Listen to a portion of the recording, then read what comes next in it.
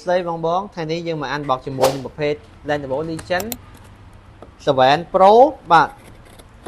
RTX 59ឯណោះអញ្ចឹងយើងមកមើលទាំងអស់គ្នាបាទ Wow តែខ្លាំងមែនតើ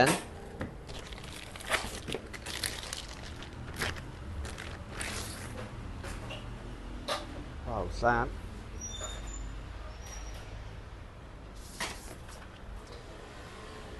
អូយើងស្អាតកញ្ចក់ OLED ទំហំ16 អ៊ីង RAM ដល់ទៅ 32GB ឯណោះទីឲ្យតម្លៃអាចខ្ទង់ $3,699 អញ្ចឹងយើងមកមើលឆ្នាំងសាកទាំងអស់គ្នាយើងហែកផឹកនេះយើងចេញទៅ Legion មួយគូតែម្ដងបាទស្អាតមែនតើ